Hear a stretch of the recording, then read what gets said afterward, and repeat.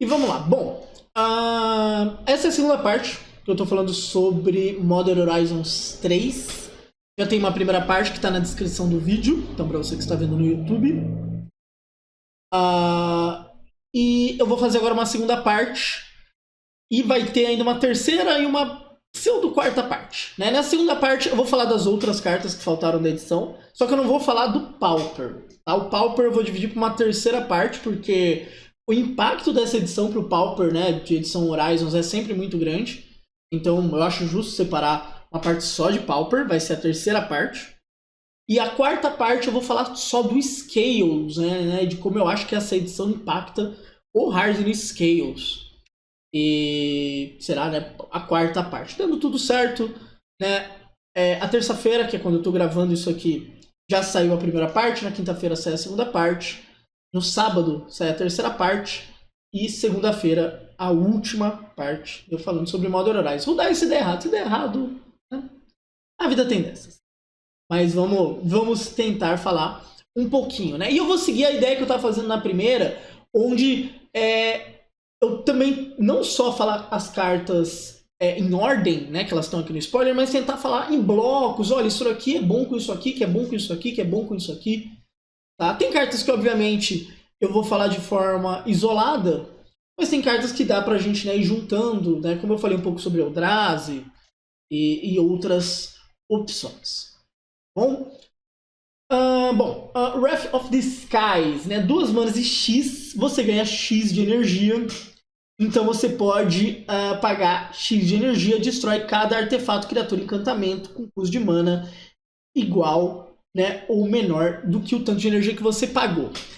Energia tem uma parada que é muito complicada, por isso que eu não gosto dessa mecânica. Para quem acompanha as lives, né, já me viu falando mal de energia algumas vezes, que é assim. Ela é um recurso que você pode ficar acumulando. Então, às vezes, são cartas que você não usaria porque o efeito não é necessariamente tão bom, o efeito é um pouco abaixo da média, mas te dá energia significa que lá na frente você colhe isso. E foi assim que a energia jogou no Standard. Né? Então, você usava cartas não tão boas acumulando energia para daí fazer um atune, né? Vamos fazer que nem no primeiro vídeo, vamos deixar um link da Liga Magic aberto aqui pra gente, né, pra quando eu citar cartas, ó, já deixei até num Martin Doré aqui, muito bom, viu? Recomendo demais. Mas harmonizar com o Ether foi banido no Standard. Porque assim, o efeito da carta não é exatamente incrível, né? Uma mana você busca um básico e coloca na mão. Mas você ganha 2 de energia, já no primeiro turno. E aí você fazia mais alguma ação pro segundo turno. No terceiro turno você já tinha muita energia, então você tem como ficar acumulando. E toda vez que eu vejo cards com energia, né? E eu falei um pouco sobre Primal Prayers, tal. E agora com o Wrath of the Skies é parecido, é isso. Dá pra você jogar com efeitos não tão bons, e aí tem uma carta que é um efeito interessante que acaba virando o seu payoff. Então o Wrath of the Skies, porra, eu vou pagar às vezes 4, 5 manas pra dar uma cólera, tal.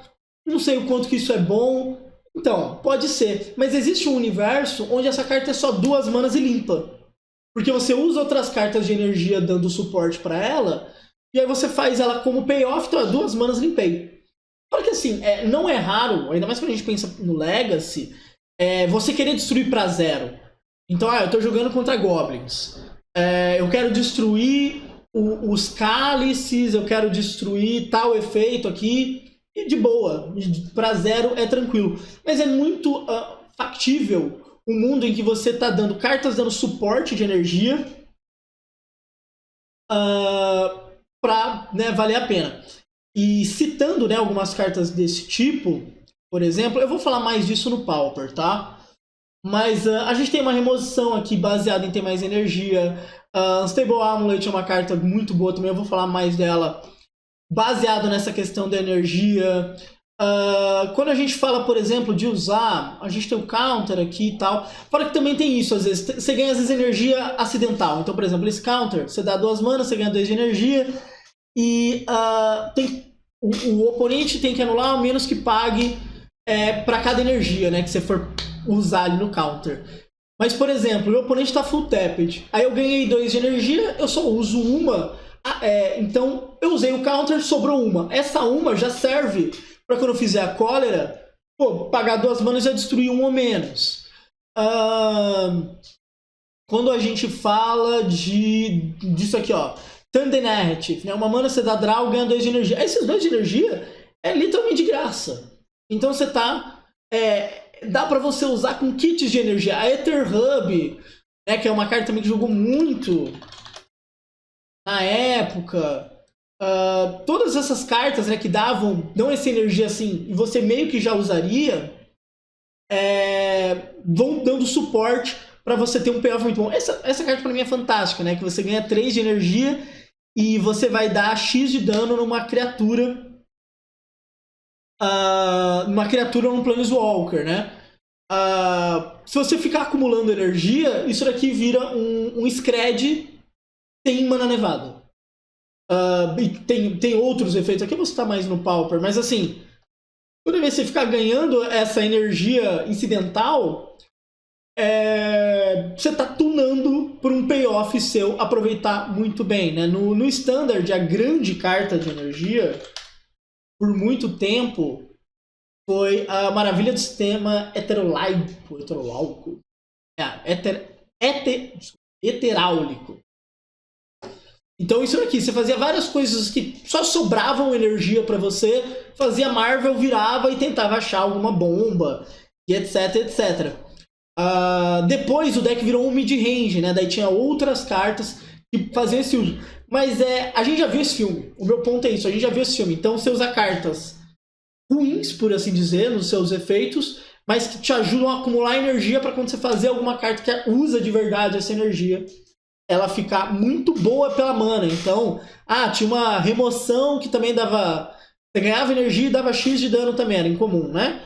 Então, pô, 2 mana dá 3 de dano, acho que ela ganhava 3 de energia. Não é tanto, mas 2 mana do 10 de dano já é bom. Eu vou usar a Hydra que tira 3 de energia, coloca o marcador. Pô, 4 manas, um bicho 4/3 que pode ganhar um marcador é razoável. Agora, se eu coloco 3, 4 marcadores, que insano. Por aí vai, tá ligado? Então a gente já viu muito isso. Assim, o que ela destrói ajuda muito também. Então destruir artefato é muito bom, destruir encantamento. Mas o meu ponto é que assim, não serão raros as chances de você fazer só por 2 manas, sabe? Então Pest Control, né? Eu elogiei tanto Pest Control quando foi lançado e tal. Por muitas vezes vai ser um Pest Control. Então é isso que eu tô pegando, assim. Essas cartas de energia pra mim vão ter muito esse tipo de jogo. No caso do Pseudo Aluren, né? A gente até tem... É um jogo um pouco diferente, você não tem que fazer tanta energia assim. Porque com isso e com o Guide of Souls, você meio que já tem o tanto de energia que você precisa. Mas decks de energia, tradicionalmente, né? É assim que você monta eles, né? Você tem muita energia que vem de outros modos e aí alguma carta sua aproveita muito. E isso é o que faz toda a diferença. Warren Soul Trader. 3 manas 3/3, paga 1 de vida, sacrifica outra criatura, você faz um tesouro. É um Yawgmoth de 3 manas, né? Onde você não compra carta, você gera tesouro e tal. E tem N vantagens nisso quando a gente está falando de Modern, né? Então, eu posso usar um 5º Yawgmoth para ligar mais efeito, né? Então, eu vou sacrifico aqui, sacrifico ali e tal. Pode ser uma janela, né? A gente tem que lembrar que o Yawgmoth ganhou muita coisa, eu falo mais disso no primeiro vídeo. Mas ganha muita coisa, né? Tem um combo com o Gravecrawler, né? Vou colocar a tela aqui. Saudade do Gravecrawler, viu, cara? Eu gostava muito de jogar com essa carta. Porque, né, tendo um outro zumbi, e esse cara é um zumbi, você fica voltando o Gravecrawler pagando 1 de vida. Então você consegue combar, você pode jogar, por exemplo, de Mono Black Yawgmoth com isso, Yawgmoth, Gravecrawler e tal. É uma opção. É uma carta que tem tem um efeito muito bom para caldeirão. Então você vai, passa, coloca marcador e outra coisa, e vai isso e tal, nananana. Então sim, é uma carta que, de novo, ela pode fazer um Mono Black Yawgmoth, BR Yawgmoth, o B Yawgmoth, daí você joga, por exemplo, com mais zumbis e tal. Ela pode puxar para desenvolver o arquétipo para outro lugar. Ainda, né, usando Yawgmoth, ainda usando a Artista de Sangue, por aí vai. Mas a gente abre com algumas janelinhas novas, assim, cartinha ó, gostosinha, viu? Gostosinha, pitelzinha. Dá pra fazer bastante coisa errada. Eu começaria testando Yawgmoth, mas dá pra deixar a cabeça ficar livre. Eu falei, pô, vamos jogar Mono Black, vamos jogar tal coisa, né? E combar de outras maneiras. É que é muito bom você usar verde, tá ligado? Nesse tipo de deck, porque ele te dá um monte de tutor. Isso é muito, muito bueno. Laelia, The Blade Reforged, né? Lembrando, é um reprint de uma carta que, assim, joga Vintage, já apareceu no Legacy, né? Mais no que são os Red Stomps do formato, né? Que normalmente são decks Prison, né? Então, decks que usam Blood Moon, usam Cálice, Trinisfera, e depois é porrada na cara do oponente, né? A variação do Goblins. Inclusive, a variação do Goblins que usava Sticker Goblin é esse tipo de deck. E aí a gente tem uma 3 mana 2/2 ímpeto. Toda vez que ela ataca, você exila a carta do topo do seu deck. Você pode jogar aquele card, lembrando de jogar, diferente de conjurar, então você pode fazer terreno. Toda vez que um ou mais cards são colocados no exílio do seu deck e ou do cemitério, você coloca um marcador nela. Então é uma carta que, assim, é motorzinho, tá? Eu dei o exemplo do Goblins, porque desse Goblins, né, com Cálice, tal, etc. Porque a ideia provavelmente é tentar aproveitar que a gente tem uma Soul Land, tudo bem que daí teria que usar uns drop set, né, enormes no deck e tal, esses decks não costumam gostar disso, e não tem espírito guia também. Mas é carta pra fazer motorzinho na mesa, né? Então, tipo, ela liga ali na mesa, bate tal, exila e tal, vai, joga, bate, vai, faz de novo, e vai ligando. Então é um deck muito bom pra fazer esse tipo de coisa. Tá? Que nem eu falei, normalmente essa carta, seja no Legacy, seja pro Vintage, ela tem mais a ver com esses decks Stomp Prison. Eu lembro que uma época tinha uma galera. Isso na época que o Inota ainda era válida no Pioneer, né? Tinha uma galera jogando de Inota no Vintage com isso. E sim, era literalmente tipo fazer isso turno 1, aí turno 2 fazer um outro negócio, turno 3 fazer o Inota, trigar o Inota, pegar Marauder e bagaçar o game. Mas é uma carta muito legal. É uma carta bem bacana, assim. Ela é motorzinho sozinho. Eu gosto bastante dessa carta, assim, do design dela e tal. Dá pra você tentar ter uma consistência maior no seu burn e tal, etc. Mas, como eu falei, historicamente ela normalmente aparece em decks Prison.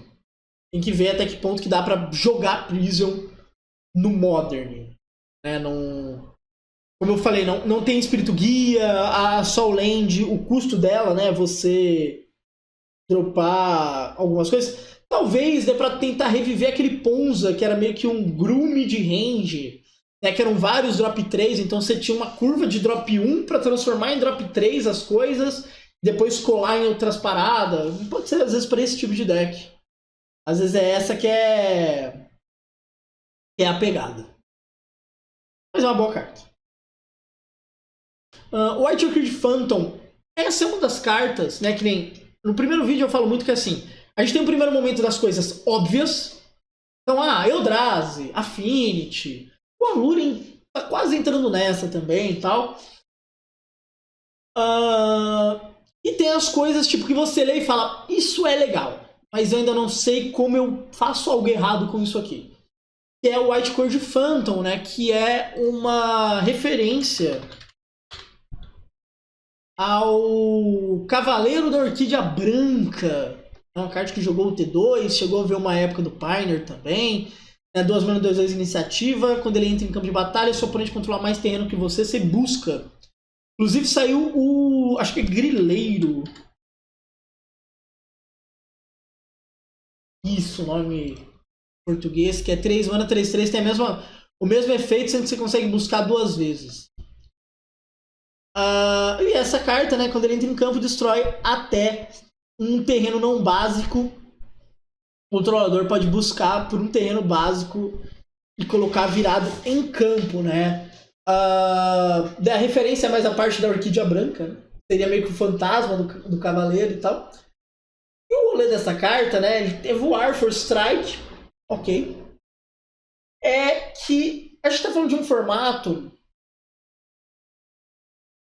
que não tem tantos terrenos básicos assim e tem terrenos com utilidade. Então, por exemplo, pô, vou jogar contra Amulet Titan, vou acertar uma Bounce Land. Eu dou uma atrasada, aí vou faço de novo. Consigo blinkar e isso ser feito. Aí vou faço de novo. Então é chato ficar jogando contra isso. E atrapalha muito, né? Então, por sinal, essa edição veio essa criatura. A gente tem o Harrowing of the Seas. A gente tem também aqui nos artefatos um artefato de 2 manas, né? Que os jogadores não podem desvirar mais que um terreno não básico. Então, assim, a gente tem algumas coisas para tentar punir uma base de mana que né, que tá mais pesada. Lembrando que, assim, e aqui é uma coisa muito curiosa, né? A gente tá falando de base de mana gananciosa no Modern, mas ele não tem mais aquela ligação necessariamente com For Color ou Manaf. A galera quer jogar com 47 Planeswalkers diferentes e tal. Tem muito mais a ver hoje em dia com Binding, né? Então o Zul jogando com Leyline, não só Bind, né? Guild Pact. Então, nesse sentido, não necessariamente você vai estar punindo brutalmente o seu oponente. De novo, né? Ainda mais quando a gente fala, por exemplo, de Zul, é um deck que liga Bind muito fácil. A gente não está necessariamente fazendo cartas que vão toda vez incomodar, evitar com que o deck faça, etc, etc. Mas você tem como incomodar um pouco mais a galera do Amulet Titan e tal. Então é uma carta muito legal nesse sentido. Né? É menos sobre o que o Modern foi no começo de MH2, né? Que você tinha 5 Color Mana com aquela base de mana super gananciosa e tal, para fazer um monte de spell diferente e ter um leque maior. E mais sobre pegar utilidade, atrapalhar terrenos de utilidade, porque hoje quem usa 5 cores pode ter, né, em alguns casos, Leyline of Guild Pact, e dá para ter Binding também, então não necessariamente fica difícil. Uma coisa mais próxima ao Legacy, pode ser. Tem mais a ver com querer punir o terreno da utilidade do que necessariamente, meu oponente não vai fazer isso, não vai fazer aquilo. Eu acho que hoje em dia a gente pune muito mais isso com a Blood Moon, mas, como eu falei, não, é longe daquele lock, né? Existe a expressão hard lock, né? Que é quando você trava o jogo do oponente. Tem o soft lock e o hard lock. O soft lock, né, é quando você atrapalha. O hard lock é quando você trava de vez. Então, hoje em dia, está muito mais perto de um soft lock, né, onde você vai incomodar, tal, etc. Você vai atrasar o jogo do oponente, do que aquela Blood Moon de 2014, que dava hard lock. Por aí vai. Spirit Invocation, 3 manas. Você pode fazer ela entrar com uma cópia do encantamento, exceto que tem no início da sua manutenção. Você pode exilar esse encantamento, se fizer, retorna para campo sobre o controle do dono, né? Então, pra galera que gosta de jogar de encantamentos, né? Tem uma base com MH2, né? Tem uma base legal para encantamentos. O deck nunca ficou super tier, por assim dizer. Ele é um deck mais lento e tal. Mas ele tem os momentos que ele vira um prisonzão enorme, você não faz mais nada na partida, então ele pode ser bem desagradável. Num mundo que existe Force, Force of Negation, Force of Vigor, Lanterna Hardlock Exatamente, tem um momento que ele faz um Hardlock. Né, ele vai fazendo Softlocks até ele fazer um Hardlock. Inclusive, o grande problema das pessoas é não entender quando o hardlock aconteceu e ficar na partida. Pra mim, Lantern é um deck super rápido. Porque é rapidinho, ou ele faz hardlock ou ele perde. Mas então, o Incantris ele é um deck e ele ganha mais uma peça de consistência e tal. Não acho que vai mudar o patamar do deck. Adicionar azul, tipo, é um deck que conseguia usar a terceira cor de bobeira. Não era difícil, tanto que tinham versões que usavam Blood Moon e tal, etc, etc, etc. Mas ganha mais uma opção. Mas eu realmente não acho que muda o patamar do deck bastante. Aqui mais uma carta da questão de falar de energia, tá? Que é o Chthonian Nightmare. Que é uma referência.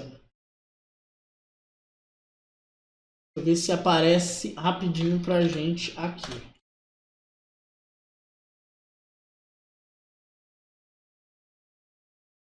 É uma referência a Pesadelo Recorrente, uma carta dos primórdios do Magic, que era bem mais interessante.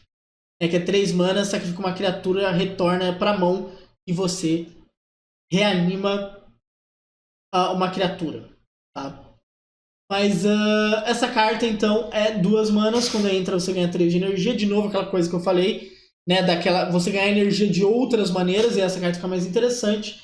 Você paga X de energia, sacrifica uma criatura, retorna ele pra mão e retorna uma criatura de custo X do seu cemitério para campo e ativa só como feitiço. Então a gente ganhou um pesadelo recorrente de energias que você consegue fazer por 2 manas, né? Aproveitando essa energia que vem, né, de outros efeitos. Por sinal, aqui é onde eu vou começar a dar uma extrapolada.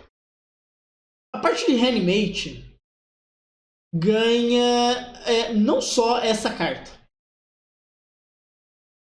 Ganha também uma carta importante, quero chegar nela, que é Buried Alive. Buried Alive jogou muito tempo no Legacy, porque é uma carta que você seta combo que quer mexer com o cemitério. Então, pô, tem o encantamento agora, né? O Chthonian Nightmare, que é né, que faz parte da trazer informação do que seria um Chthonian, que é algo que habita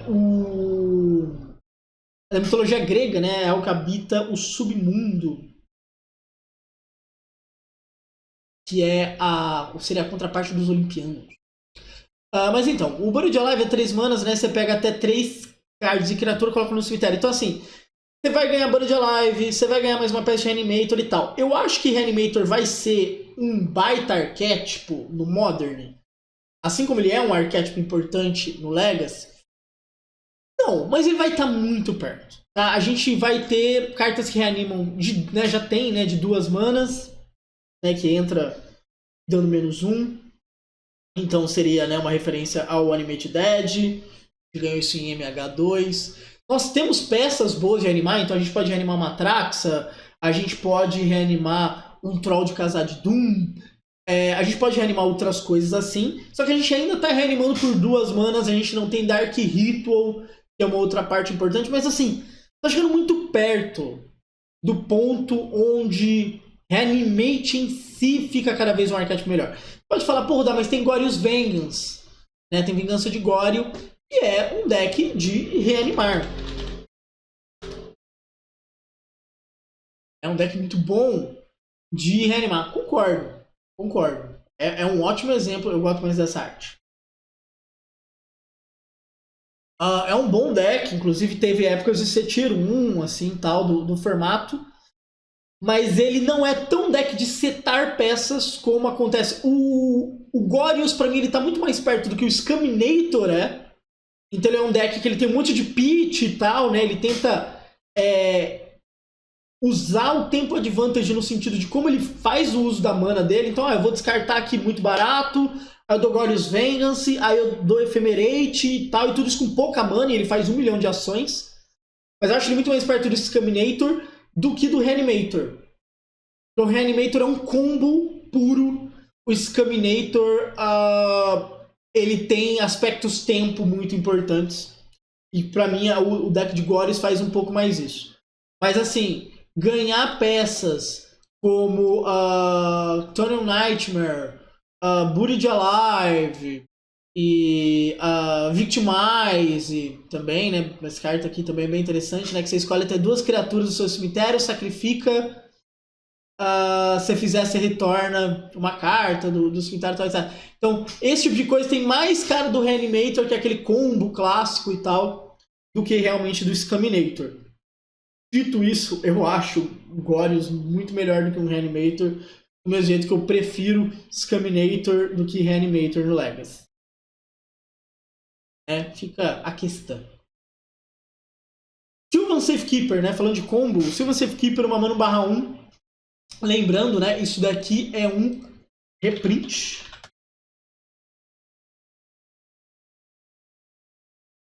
Rafa, bom, mano.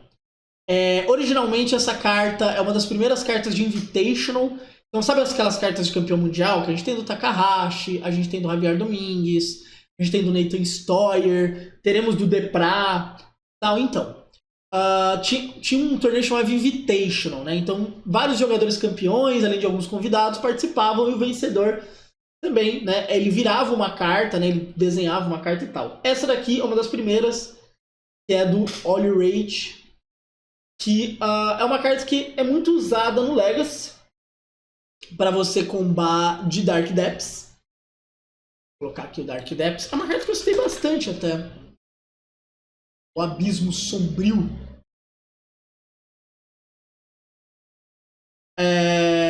Que é, né, quando você tira todos os marcadores dele, ele vira Maritilage, né, que é uma 20/20. E aí qual que era a pegada? Você tinha isso aqui na mesa, o Dark Depths, o oponente obviamente quer exilar, quer fazer alguma coisa com o Dark Depths, o Maritilage, quer dizer, e aí você protegia e tal.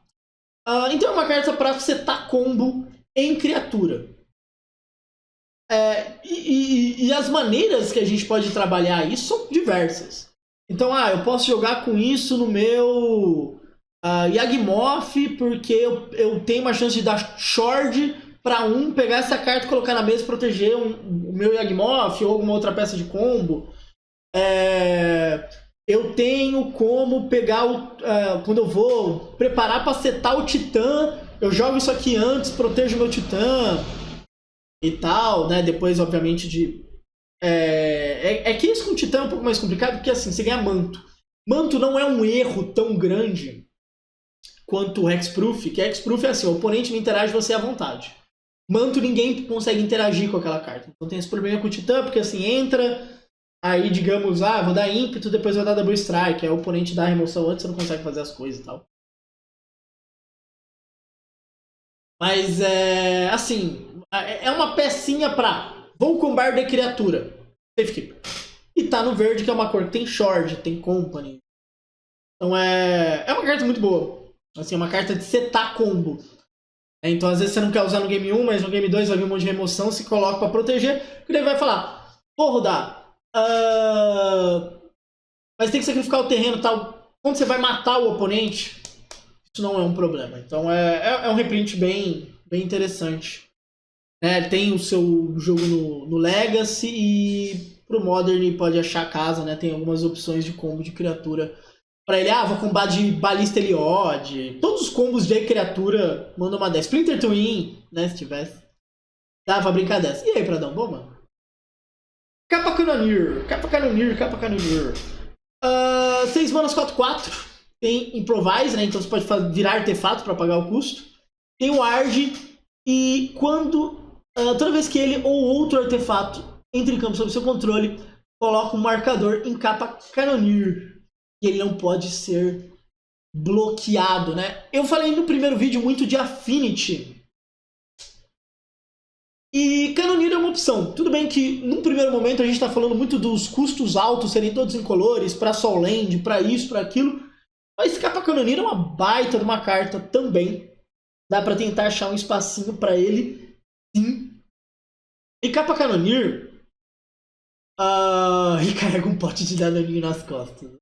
Grandes momentos do Magic. Capa Cannoneer, ele puxa um tipo de jogo também. Eu vou ter que abrir o Goldfish. Chamado Itcast, né, que é um deck do Legacy. Né? O Cannoneer, ele tem o seu momento no Legacy. tá lá fazendo amigos. Deixa eu ver se tá fácil pra gente achar o 8cast aqui. Não é um deck tão popular assim, mas é um deck muito legal.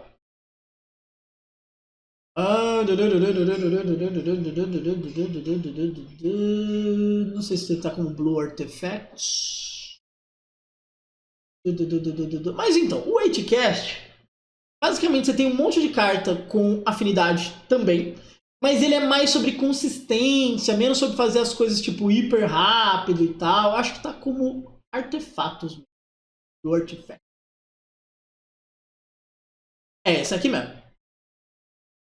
Então assim, aqui ó, tipo você tem Henry, tem Cannoneer, tem Monitor, aí Rebook, aí você não tem Force of Will, ok, mas tem Tollcast, e aí são vários artefatinhos que vão fazendo um monte de coisa, você vai criando um monte de vantagem, e tem Henry e tal. E qual que é um ponto muito importante para esse deck? Aqui ó, essa lista aqui tá lindo para mostrar isso. É que você tem que ter o terreno para adicionar dobrado, né, para você acelerar muito seu jogo. Você faz vários artefatinhos baratos, aí você faz Cannoneer, que vai ser o que vai matar o jogo. Tem uma engine que fica toda hora gerando recurso. É um jogo mais lento. Ele chama 8cast porque você tem o Monitor e o Tollcast, né, que são as cartas que compram duas cartas para você. Então assim, ele é um Affinity, mas ele não é um Affinity, né? Não é sobre ter afinidade. E aí você vai colocando um monte de coisa. Cannoneer, vindo pro Modern, a gente ganha a opção de jogar. Assim, tudo bem que Mox Opal é banida no formato, não tem Lotus Petal, então é um deck bem mais lento, mas é um deck muito focado em Saga de Urza. Talvez tendo vários artefatinhos menores, você pode ter os artefatos maiores para sua Soul Land, dar base para isso. Então assim, dá pra dar uma desenvolvida nesse arquétipo novo, né? O Cannoneer faz isso. É claro, pô, vou jogar o Cannoneer no Affinity. Show. Né? É quando um artefato entra em campo. Então isso, com o sintetizador azul, pô, você vai colocar marcador muito rápido nesse bicho, esse bicho vai bater muito rápido e matar o oponente. E é um custo alto, tal, etc. Então, dependendo da remoção que o oponente está usando, não vai pegar ele, e por aí vai.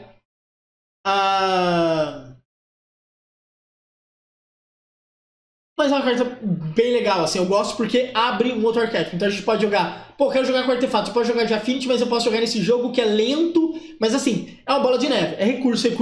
Então, pô, você faz Henry na 1 muito fácil, e aí liga, vai, compra carta, e vai, faz tal coisa, e isso, e vai, e tal, e desenvolve, blá, blá, blá, blá, blá, blá, Cannoneer, sintetizador, e vai. A gente tem todo um jogo que se desenvolve, é um deck muito baseado em Saga de Urza. Saga de Urza ganhou Boots, que é espetacular para esse deck. E diga-se passagem, o Affinity atual do Modern é muito mais perto disso do que um Affinity de explosão, que é o que a gente está, né, pensando que pode acontecer com o MH3. Que então esse deck usa Spellbomb, é um deck que chega a usar Planeswalker e tal. Pô, essa Spellbomb, parece que ela é boba, né? Porque ela dá bounce e tal, etc. Mas, cara, isso aqui contra Murktide é muito chato, tá ligado? Você trava a mesa, aí depois você dá Spellbomb, aí você usa a Magibomba de Pirita, que é a vermelha, que dá dano, aí tal, e isso, aí o cara não consegue fazer nada pesado, tem que resolver Henry, porque senão um loop, e... Inclusive, um outro deck que pode lembrar um pouco a gameplay do 8cast é o...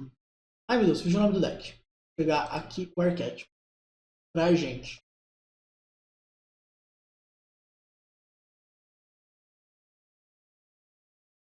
É o Breach. O Breach do Modern lembra um pouco com essa inevitabilidade, tá ligado? Se o jogo ficar longo, uma hora eu vou combar e tal, e blá, blá, blá, blá, blá. Lembra muito, né? Porque é esse jogo de Henry criando recurso em cima de recurso, em cima de recurso, em cima de recurso. Então, o Cannoneer, ele dá uma kill condition para esse tipo de jogo. Então, eu posso jogar com Breach e jogar, né, essa partida de recurso, tal, etc, etc, etc. Mas eu também posso jogar com Cannoneer e matar na porrada. E boas. E, né, Magic the Gathering aqui, ó. Green Station. Green Station que foi um dos principais decks quando Modern Horizons 2 estava jogando e tal, né? Então você tem Enris, tem Taças Oracle e tal. Né? É usar essa base aqui mesmo. Você pode usar essa base, que daí também é um deck que tá com Saga de Urza trabalhando legal. Mas agora a gente tem uma carta que mata na porrada, né? Porque o Grid Station, às vezes, ele demora pra matar, ele vai, vira e tal. Ele fica enrolando o game. E não, agora você tem um negócio que dá aquele batidão. Você faz Cannoneer, cresce Cannoneer, no próximo turno bateu um mob. Tal! Vira pro oponente e fala, na próxima, você vai de comes e bebes, amigo. Você vai de Drake and Josh. Então é muito bom nisso. Tá? Então Cannoneer abre muitas possibilidades. Eu gosto muito desse print porque isso é uma carta que abre. Né? Você pode trabalhar melhor alguns arquétipos. Eu gosto bastante. Tipo, e é uma carta que faz isso sozinha. Né? Meio que já estava tudo prontinho para ela. Só vamos colocar uma carta que, né, dá um corpo para isso. E aí o rolê vai. E, né, Canto de Orim. Uma mana. Antes tem Kicker. Então o jogador não pode, né, o jogador não pode fazer mágicas. E se foi quicado, não pode atacar. Lembrando que assim, Silence é uma carta que está jogando no nosso querido moderno, né? Principalmente no criatividade, né? O cara dá o Silence e, bum, criatividade em cima. Que é uma coisa, por exemplo, que muita gente já fez com o Véu também e tal, né? O Tess faz isso com o Véu no Legacy e tal. Canto de Orim é isso. E o oponente não vai atacar, então você ganha um pouco mais de flexibilidade. Muitas vezes vai ser um Silence. O ponto é, se Silence faz X, Canto de Orim faz X, mas quando os parangolé acontecer, né, quando você precisar, você pode fazer X mais 1 de graça, Canto de Orim fica melhor. Então, é isso, né? Tem aquela coisa, né, pô, coloco isso num cetro isócro, num altos, hardlock no meu oponente. Existem destruições suficientes e counters pra isso não dar certo. Mas eu consigo ver isso jogando mais pela questão de que assim, Silence joga, isso consegue jogar também. Então é um jeito. Além de, é claro, se você olhou pro Canto de Orim e falou, nossa, isso com Sector Isócrono deve ser bom, eu espero que as suas vacinas estejam em dias. E dá pra pensar no Minoxidil, né? Porque com certeza, tal qual eu, quando você entra nos lugares, as pessoas perguntam se eu vou no cinema, né? Porque eu tô com 2 entradas. Tá foda. Bom, Sevinne Reclamation. 3 manas, feitiço, com flashback de 5 manas. Retorna uma permanente de custo 3 ou menor do seu cemitério para campo. Ok. Permanente é mais legal do que só criatura. Até porque quando a gente fala de permanente, significa que eu posso pegar uma Fable. Sabe? Eu posso pegar um Teferi. Então é legal. É legal, que é interessante. Se essa mágica foi feita do seu cemitério, você pode copiar a mágica e escolher um novo alvo. Então, com 5 manas, você manda 2 vezes. Então, você faz 3 manas, reanima um negócio. 5 manas, 2 negócios. Então, é um total de 8 manas, parceladinho, porque nós é BR. Pra reanimar 3 coisas. Pô, é bacana. Não dá pra negar que isso é bacana. Tá? Ficar trazendo coisa assim é bem legal.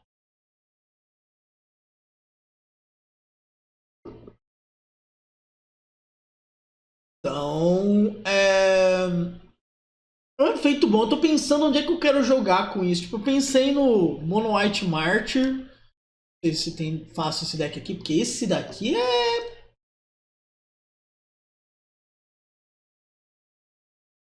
O Marte é um pouco mais difícil de você ver por aí, tá ligado? Apesar de que o jogo de Keith, né? Pô, o cara faz resultado em cima de resultado com essa merda. Mas até aí, o jogo de Keith pegou vaga pro Pro Tour jogando de Simic Bolachinha no RC dos Estados Unidos, né? Então, não é exatamente o melhor lugar pra gente ter uma referência aqui. No White Mid-Range.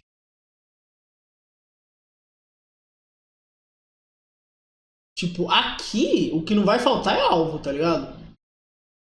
Porque tem a Bidding Grace, aí você pode trazer de volta, você pode descartar e trazer de volta. Lockdown foi pro cemitério, você traz de volta. Você traz 1 zilhão de bicho diferente. Ah, você pega, tipo, Capitão Afios, aí ele pega drop 1 pra você, aí sacrifica o drop 1, aí sacrifica o Capitão Afios, aí você traz Capitão Afios e uma Skycleave, blá blá blá blá blá blá blá blá blá blá blá blá blá blá blá blá blá blá blá. E aí, Diegão, bom, mano? Então, assim, coisas erradas. Coisas erradas. Uma com Dualcaster Mage, bem lembrado. A princípio, é onde eu mais penso nisso. Mas é um efeito forte. O grind matchups disso aqui é um efeito bem forte. Isso aqui, Fábula, é um negócio de louco. Então, pô, Fábula e descarta Fábula e volta Fábula e 5 manas e volta 2 cartas. É legal. Teferes faz isso em instant speed.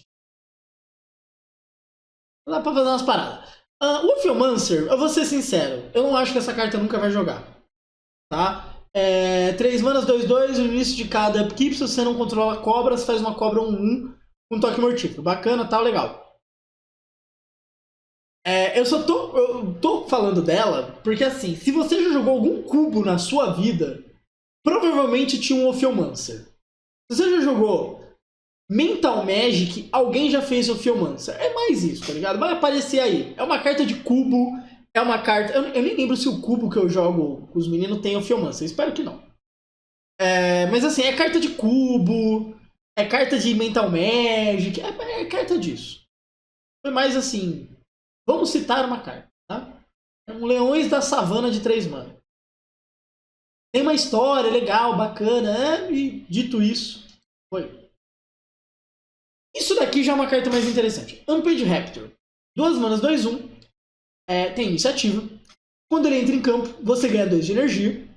Então, se você conjurou ele da sua mão, exila cartas do topo do seu deck até você exilar um card que não seja de terreno. Então, lembrando, não vai fazer igual o Cascade, que você vai fazer esse negócio e, por exemplo, eu tenho 2 de energia, só vou parar quando aparecer um drop 2. Não, é a primeira coisa que aparecer. Sendo que você vai exilando. Tá? O que você está exilando nele não volta mais. E aí você pode fazer essa carta, né, até você achar um card que não seja de terreno. E você pode fazer aquela carta pagando energia igual ao custo da carta. Essa carta é onde eu vejo mais discussão da galera sobre, né, as cartas novas, por assim dizer. Eu, Rudá, defendo que é uma ótima carta pro burn. Meio que tudo que aparecer aqui você joga. Você não tem um risco de achar alguma coisa de custo X. A pior carta que você pode usar é o Rift Bolt. E meio que tudo que você acertar é dentro. Então, 2 mana... Aquela coisa, você usaria um bicho que é 2 manas, 2/1, quando entra dá um raio? Usaria. Então, aí. Tá? É o nosso chupa-cabra que dá raio.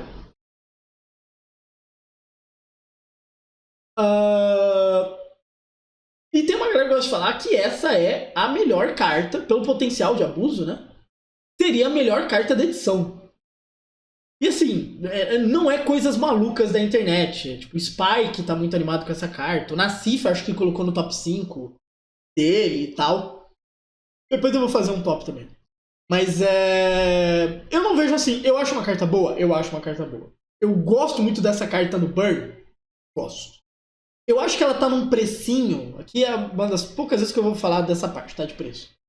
Acho que ela tá num preço que dá pra brincar. Deixa eu confirmar quanto que tá o preço no momento que eu estou gravando esse vídeo. Sendo na terça-feira. R$10. O preço dele.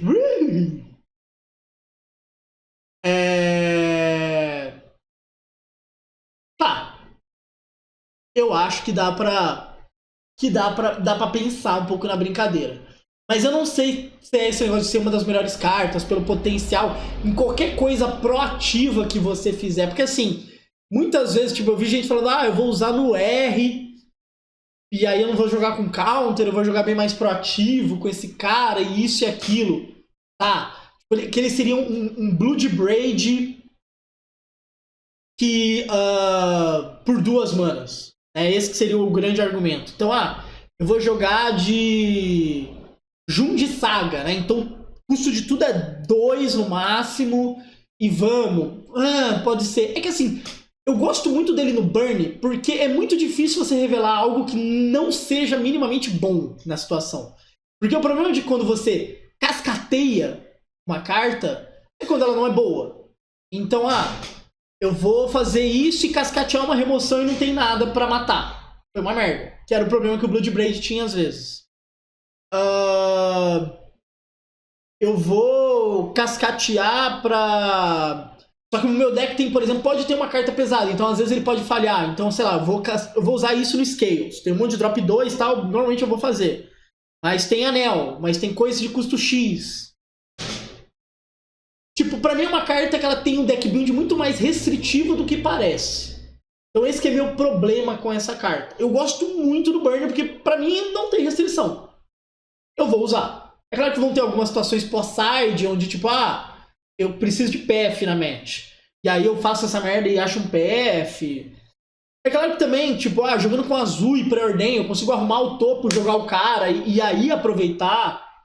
Mas acho que ele tem um pouco mais de restrição do que ele parece. Acho bom? Acho. Colocaria com top 5 cartas? Acho que não. Então é o que me pega. Eu acho a carta boa. Mas que nem o Spike colocou, né? Como. Assim, ele colocou isso e Labirinto de Ujin na mesma prateleira. Não é o que eu acho. Pra mim, Labirinto de Ujin é uma das cartas que vai mudar completamente o formato. E essa carta é uma boa carta de Magic. Sabe? É mais ou menos assim que eu vejo. Alexira! Valeuzão pelo sub. Chega de AD no meio da aula. Valeuzão, tamo junto. Então é meio assim que eu vejo. Eu acho uma ótima carta. E talvez, tipo, pagar quase 10 reais e não seja caro. Talvez seja um preço até que bom, a gente tá falando de Modern Horizons e tal. Mas eu não acho que é uma carta que vai definir o formato. É o ponto que eu discordo, assim, é muito detalhe. Eu gosto muito da carta, dá pra fazer em coisas legais, mas... Consigo um Memory, né? Uma mana azul instante, tem Replicate. Né? Você pode ficar pagando custo, não, Replicate é uma mana incolor.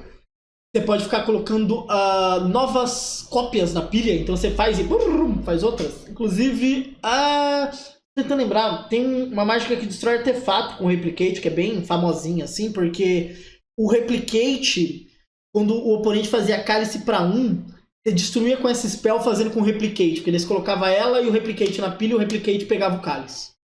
Eu não tô lembrando o nome da mágica agora, se eu me lembrar, depois eu mostro aí. Mas então, tem isso e anula uma habilidade desencadeada ou mágica sem cor. A gente viu um monte de Eldrazi que faz alguma gracinha. Inclusive, eu acho que tem um aqui. Kozilek's Unsealing, por exemplo, que é 3 manas. Toda vez que você conjura uma mágica de criatura com custo 4, 5 ou 6, você faz 2 tokens Eldrazi.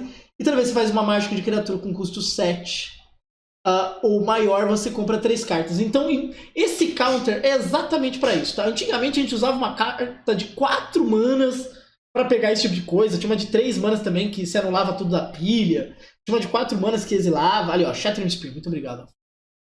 A mágica vermelha que eu citei. Essa aqui, ó. Farra Devastadora. Tá?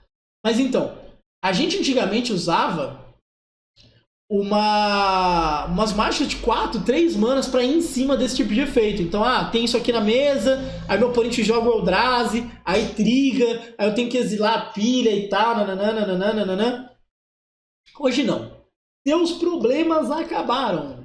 Consiga to Memory. Eu tô tentando emular organizações Tabajara. O que também entrega a minha idade, porque eu acho que a última vez que Cacete Planeta foi ao ar foi 2006. Foi quando o Bussunda morreu e tal. Mas então é uma carta pra isso. Tá? Basicamente pra isso. É claro que ela acaba tendo uma utilidade de pegar alguns triggers, né, ali à parte. Mas a ideia principal o meu oponente vai fazer Eldrazi, uma mana eu consigo pegar. Vai fazer artefato incolor, consigo pegar na uma mana. Vai fazer e vai trigar coisa. Opa, vamos pegar os dois aqui então. Nesse trigger. Então sai de bem interessante, assim. Mas é aquela coisa, Colorless Spell. Então tem Eldrazi que são coloridos. Lembrando que às vezes não é porque você paga mana colorida que ele é colorido. Ele pode ter The Void, então ele é colorido mesmo você pagando mana colorida. Ele é incolor, desculpa. Ele é... Refazer minha frase. Ele é incolor mesmo você pagando mana colorida. Tá? Que é o card de alguns com The Void. Então assim, é o tipo de card que a gente vai ver como é que vai desenvolver um metagame. Pô, o Eldrazi tá muito popular, tal, etc. Só que é muito carta de Murktide, viu? Vou mandar a real. Então, tipo, Murktide que gosta de ter esses counters específicos, assim.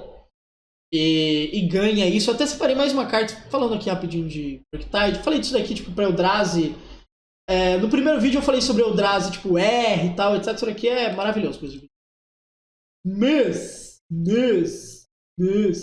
Murktide ganha Deep Analysis também, tá? Deep Analysis tem muito a cara de Murktide, porque é o tipo de carta que você pode jogar fora na sua Darcy e depois você reaproveita. E nas Grind Matchups você compra muito bem. Então é um reprint bem legal. A galera do Pauper agradece, porque era uma carta assim, não era necessariamente cara, mas era chatinha de achar. Pô, quero achar o set de Deep Analysis. Era chatinho, assim, às vezes de encontrar. Agora vai ter tal. Eu gosto mais da outra arte? Eu gosto mais da outra arte, que é uma mastícora sendo dissecada. Deixa eu ver se tem a outra arte aqui. Mas essa é legal também. Teve um roteiro que eu fiz pro André sobre referências em cartas de Magic e tal. E esse é uma das cartas que estão lá, né? Que é a mastícora sendo dissecada. Aqui, ó, né? O espécime parece estar quebrado. A mastícora que já foi, né? A Sheoldred do seu tempo. Né, a grande carta do seu tempo, um drop 4 forte e tal. Ver se eu acho ela fácil. É pela curiosidade mesmo. Essa mastícora aqui.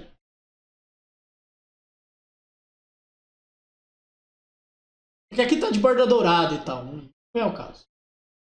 Mas é essa mastícora, ó. 4 mana, 4/4. No início da upkeep, né, da sua manutenção, você pode escolher descartar uma carta da sua mão. Se você não fizer, sacrifica ela, paga 2, dá 1 de dano e ainda regenera.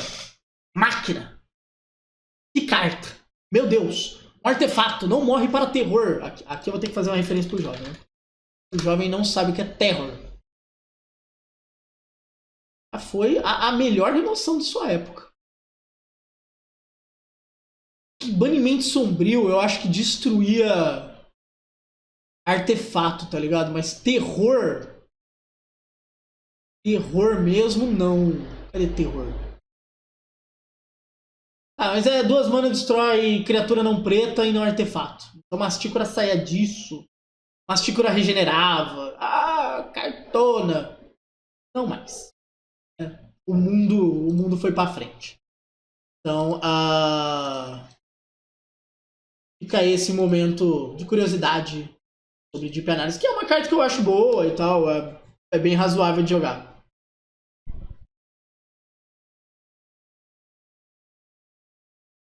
Toxidelud, né, um reprint, né, vem de Commander e tal, jogou um tanto no Legacy, ainda aparece de vez em quando. 3 manas, como custo adicional se paga vidas, criaturas ganham -X. Então, é um resumo de... você vai usar a sua mana com muita eficiência. Então 3 manas, dá -3, dá -4, fica relativamente barato. E é uma boa cólera. Eu vejo essa carta realmente aparecendo, principalmente no Mono Black. Mono Black é um deck que ganha muita vida. Falei de Sheoldred, né? Um deck bom de usar Sheoldred, né? Dá pra você usar Coffers, dá pra jogar de Mono Black Scan. Fora que com menos você consegue pegar também algumas cartas que às vezes conseguiriam fugir de alguma cólera, porque, sei lá, estão indestrutíveis de algum jeito, ou algum dano global, principalmente, por causa de uma proteção. Então você quebra legal fazendo isso. Uma ótima carta, é muito bom. Toxidelud é realmente uma carta muito boa. Para os comandeiros de plantão, é um reprint de Toxidelud. Não sei quanto que tá Toxidelud hoje em dia. Mas já foi muito caro. Já foi uma carta relativamente cara. Deixa eu ver quanto que tá o dia, ó, R$30. Então, dá uma barateada pra galera do Comandola. Disciple of the Freelise. Deixa eu subir aqui a tela. Quero falar um pouquinho sobre a galera que tá junto com essa carta. A gente volta a ter modais spell. Algumas delas podem jogar simplesmente por serem modais e terem um efeito minimamente bom. Explico. Por exemplo, Feel the Profane, né, que destrói a criatura e Planeswalker, 4 manas, distante e tal. Tem dois tipos de deck building que gostam muito dessas cartas. Eu separei o Freelance, Disciple of Freelance, porque ela é um ótimo exemplo disso. Mas assim, então, por exemplo, o Feel the Profane, né, que é essa daqui que destrói. Eu vou jogar com o meu mid-range. Eu quero ter o máximo de utilidade possível nos meus terrenos.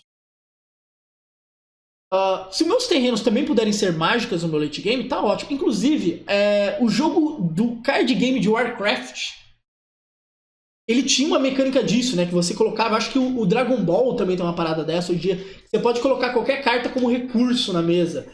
É meio que essa lógica. Então, assim, eu quero aumentar muito a minha densidade de mágica, sem mexer no número de terrenos e tal. Eu vou querer usar esse tipo de carta. Tá? Eu vou achar interessante usar esse tipo de carta.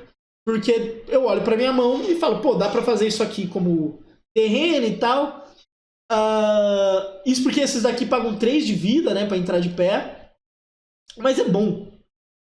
Sabe? Assim, é bom. Você tá usando vida como recurso e tal. E obviamente isso vai depender do tipo de match. Mas uma match que é troca de recurso. A diferença é que eu poder comprar uma spell a mais porque eu tô usando menos terreno, só que sem isso comprometer o desenvolver meu jogo, porque num jogo que é tão importante trocar recurso eu não posso perder land drop, é muito bom. Então, por exemplo, vou tentar usar isso no scan, por exemplo, e tal. Além disso, ser um pitch pra grife, né, pra eu poder dar scan, etc. Então, assim, é um jeito de pensar, é uma deck building. Então eu tento colocar mais cartas desse tipo, por mais que o efeito não seja, nossa, o melhor caso possível, por 4 manas destrói. Pô, Rudá, você consegue coisa melhor? Consigo. Só que eu tô, né, dando essa driblada. É a mesma lógica dos terrenos que viram criaturas. Mas um bicho 2/2 não faz diferença pra mim, eu não acho bom. Mas é um bicho 2/2 pelo custo de usar terreno. Então, você tá saindo muito bem de uma situação que era pra ser ruim. Né, é uma saída muito boa, eu sempre recomendo um artigo do Sanduba, que se jogar Liga Magic, Mainland e o Nick, né, Sanduíche, ele vai estar explicando muito bem por que esses terrenos que viram criaturas são tão bons. Então, é uma maneira. E aqui, a Disciple of Freelance é uma outra linha que a gente pode falar no Modern, que é o Amulet Titan. Porque o Amulet Titan, eu posso fazer isso como terreno, beleza, vou fazendo, preciso do meu terceiro land drop, por exemplo. Faço aqui e tal, aí eu faço uma Dríade, faço isso e faço aquilo. E depois eu posso fazer Bounce Land, subo isso pra mão e faço como criatura. Então eu driblei completamente qualquer dificuldade que tinha. E o efeito aqui é minimamente relevante, né? Quando ela entra, você pode sacrificar outra criatura. Se você fizer, você ganha X de vida e compra X cartas sendo o poder daquela criatura. Então eu posso, vou sacrificar uma Dríade e tal coisa. Eu posso ganhar um late game mais interessante com esse tipo de carta. E, novamente, lembrando, né, é uma criatura, então eu posso dar pacto. Eu literalmente dou pacto, pego um terreno, faço terreno. Faço, digamos, é o meu terceiro land drop. Faço Dríade, faço Bounce Land, subo isso pra mão. Desviro. Pago o pacto, continuo jogando, faço isso de novo como terreno, tal, bounce land, subo de novo, entrei no late game, faço isso, devoro um bicho meu, compro carta e tal. Então, tipo, a toolbox fica muito mais interessante, né? Então esses terrenos vão normalmente ter essas duas abordagens, por isso que eles são tão bons e, né, não é só no limitado que eles são muito bons, mas para construído onde você acaba usando, porque o efeito é minimamente relevante. Sendo que você pode virar um terreno, né? Então no meu late game é uma spell. Beleza, ela pode não ser tão boa, tal, mas é uma spell. E ajuda o early game. Tem que lembrar, Magic tem um ponto muito importante que é a variância. É o que determina que Magic é Magic. A questão de variância com os terrenos. Então Floodar, Zikar e tal. Muito do Magic nos últimos anos, o design tem a ver com trabalhar em cima disso. Tá? A gente já viu esse tipo de modal jogando. E foi muito bom. Não vou negar, foi um design que eu amei. Então eu fico muito feliz que esse tipo de design tá aqui de novo pra gente. Unstable Amulet. 2 manas, quando entra você ganha 2 de energia. Toda vez que você conjura uma mágica de qualquer lugar que não é a sua mão, ele dá 1 de dano em cada oponente. Isso daqui fica aberto para N possibilidades. Vira e paga 2 de energia, você exila uma carta do topo. E você pode jogar até que você exile outra carta. Até que você exile outra carta é muito interessante, porque assim, você paga tal, vai lá, exile e fica. E fica olhando lá pro oponente. Então você não tem necessariamente pressa de ficar ativando isso um monte de vez. De novo, a gente tá falando de energia. A gente tá falando sobre acumular um recurso e usar, por exemplo... Essa é uma das cartas que a gente usa como payoff de energia. Então, dou atune, dou draw, causo dano, faço isso, faço aquilo, vou lá. Energia acumulando, energia acumulando. Aí faço esse cara, viro tal primeiro efeito. Viro tal segundo efeito. Viro tal outro efeito. E você tá desenvolvendo. Então, quanto mais energia tiver, de boa. E o oponente não interage com a minha energia, né? Tem algumas cartas muito específicas que interagem com... Tire os marcadores de um jogador e tal, etc. Mas assim, é muito específico, tá ligado? A energia teria que ser um negócio extremamente quebrado pra isso começar a jogar. Mas é uma carta bem legal. E é uma outra carta que tem uma galera muito animada. Eu não sou super animado, eu acho o efeito bom. Mas eu não acho quebrado pra caramba. Mas é a mesma galera que tá animado com o Raptor. De novo, vamos ficar acumulando energia e uma hora você tá gerando um monte de recurso com essa energia, né? Você vai ganhando vários payoffs de energia, por assim dizer. E vai se tornando bem mais fácil como jogar com essas cartas. Mas eu achei a carta muito interessante. Outra carta de energia, Static Prison, né, que é uma mana. Você exila uma permanente que não seja terreno que o oponente controla. Quando ela entra, você ganha 2 de energia. No início do pré-combate, você sacrifica o que paga 1 de energia. Então, também é uma carta, assim... É pouca mana por uma remoção muito boa, né? Um binding, basicamente. E que pode ficar pouco, né? Como ela fica sugando energia, talvez ela seja um pouco pior. Você tem que literalmente ter uma fonte de energia legal ali.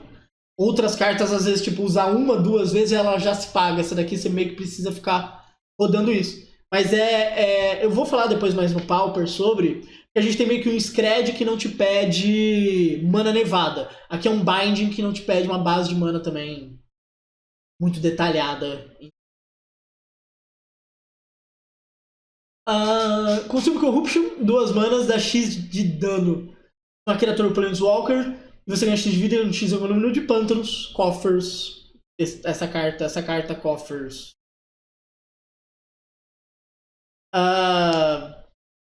Não tem muito o que desenvolver aqui, né?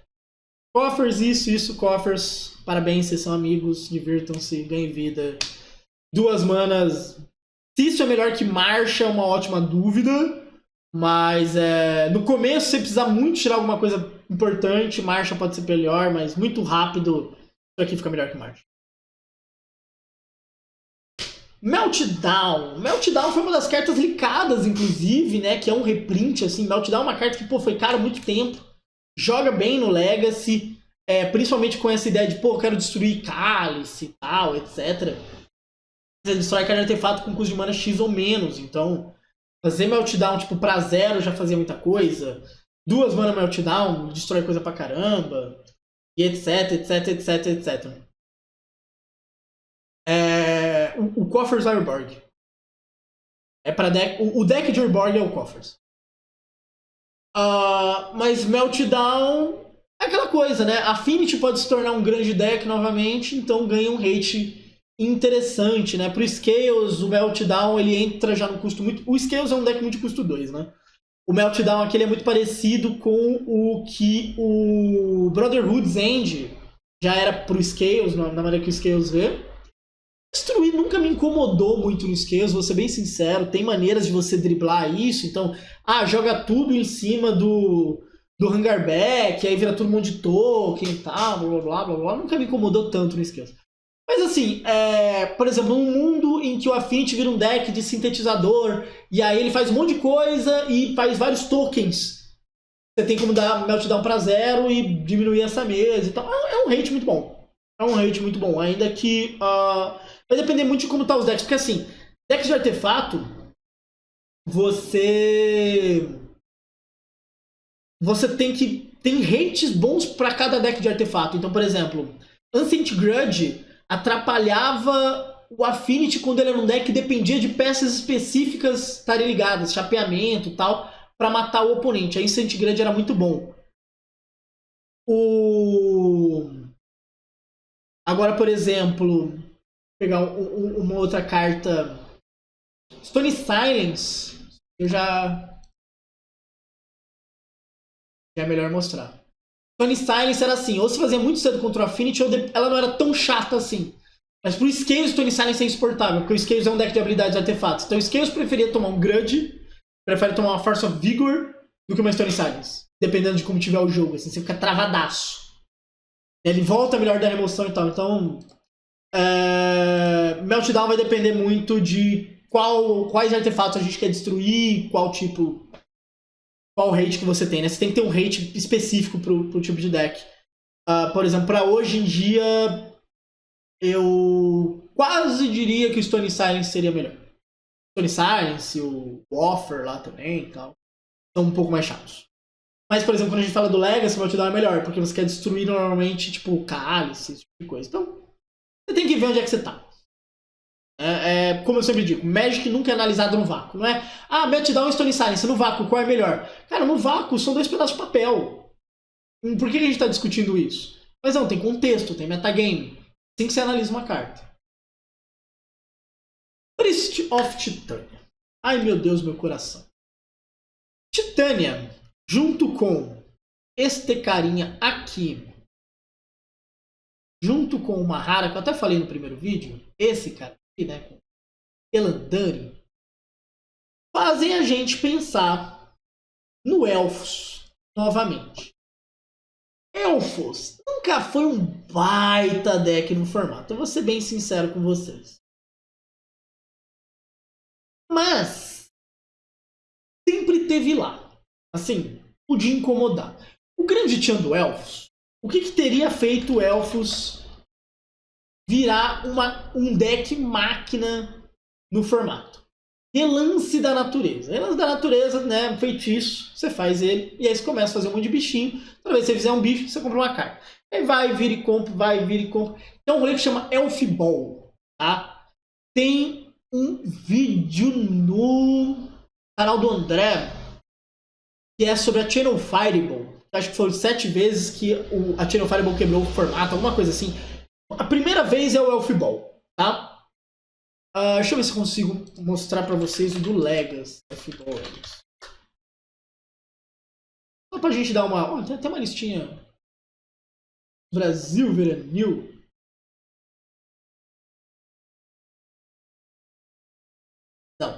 Não é esse tipo de lista que eu quero. Mas assim, você vai descarregando a mão. É um combo cheio. É um combo de criaturas. E por conta disso ele é bem difícil pra. Aqui, ó, tem Glimpse of Nature. E tem Simbiota. Tem Kyrion Ranger. Tem Sentinela, que é uma carta que tem no Modern. Tem Druida da Herança. Então você consegue vira 3 bichos e tal. Isso, aquilo, nananã. Aí você tem Greater Roof, que é uma carta que tem no Modern também. Então assim. Você tá ganhando, pô, esse cara aqui dá bastante consistência, mas você tem então Priest of Titânia que adiciona. Rudá, mas tem um de 3 mana que faz a mesma coisa que ela, né? O Arquidruida Elfo.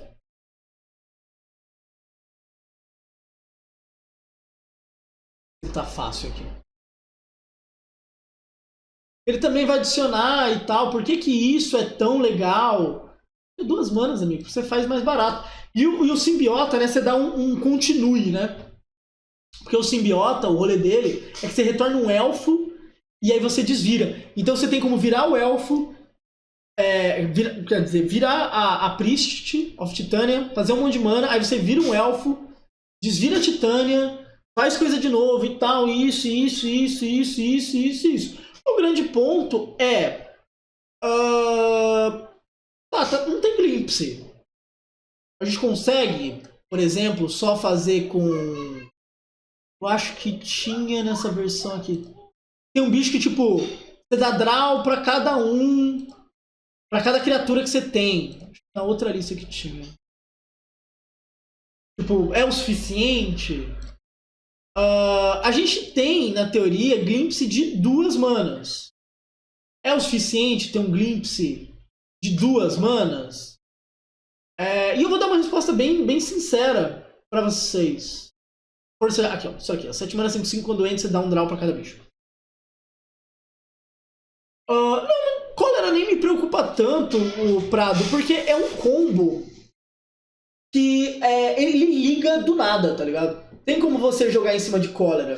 Ele liga num turno só. Você faz meia dúzia de coisa e vai jogando. E aí ele meio que liga do nada, assim. Tipo, você faz Priest of Titânia. Se o oponente quiser ficar matando, você tem como jogar em volta, sabe? É um deck que aguenta isso.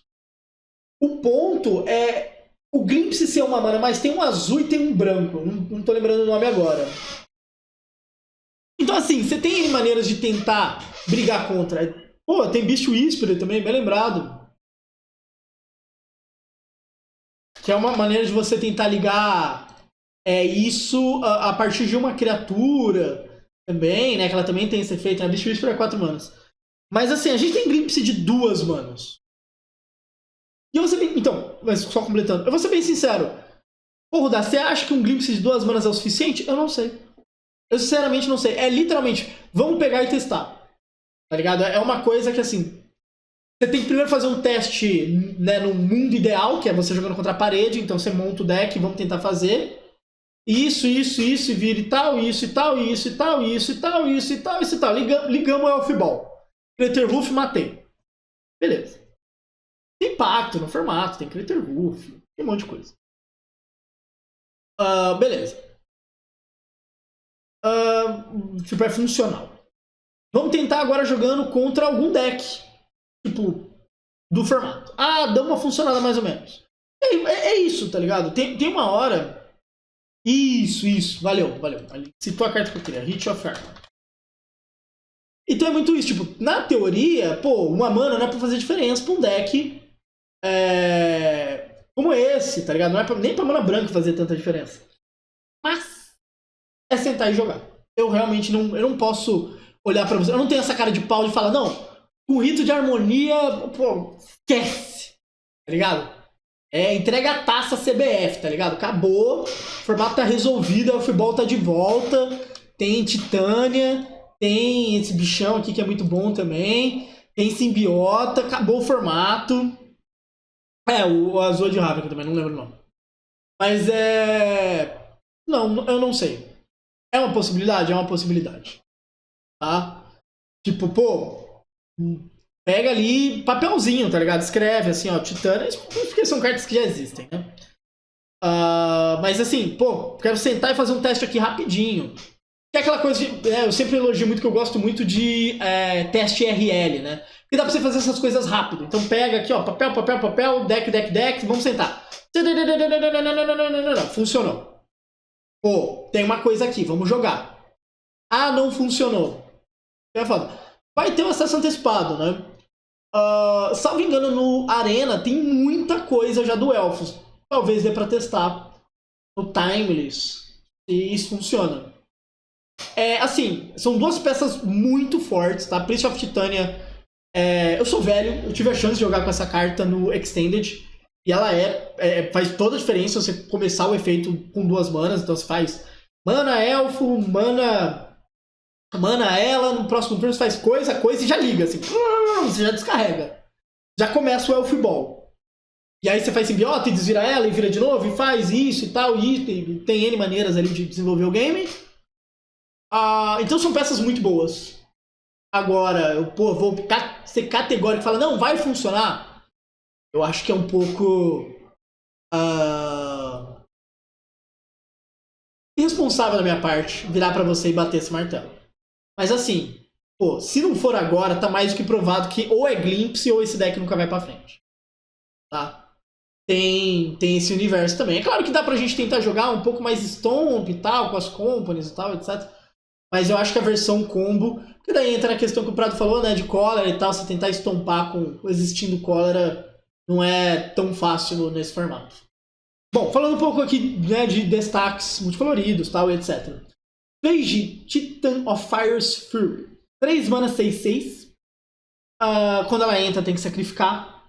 Ao menos que ela tenha escapado. E entra em campo ou ataca, dá 3 de dano. Em qualquer alvo você ganha 3 de vida, então ela dá uma hélice. E não escapa, 4 manas, exila 5.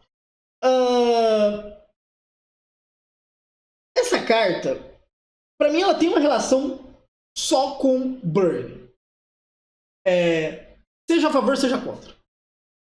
Pro burn, ela é tipo 3 mana, uma Ares feitiço que depois eu posso, né? O jogo vai ser longo, eu quero uma fonte que seja boa de dano, vai ficar toda hora, tal, etc. Chama uma remoção, blá blá blá blá blá blá. E contra burn, obviamente, é 3 manas, anulo uma mágica do burn, volto ela, anulo outra mágica do burn, bateu, anulo outra mágica do burn. Então, assim, a princípio, ela tá presa nisso. Ah, Rudá, se eu jogar de Mardum de range e tal.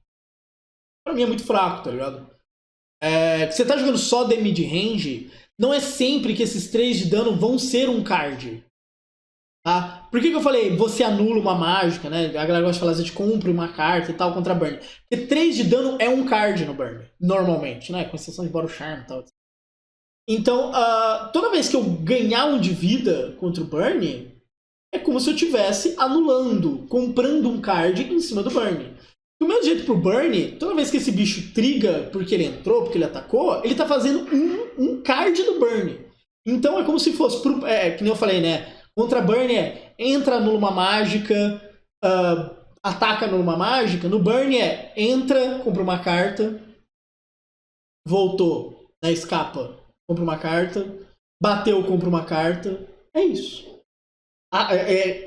Conectei os 6 de dano, compro 2 cartas.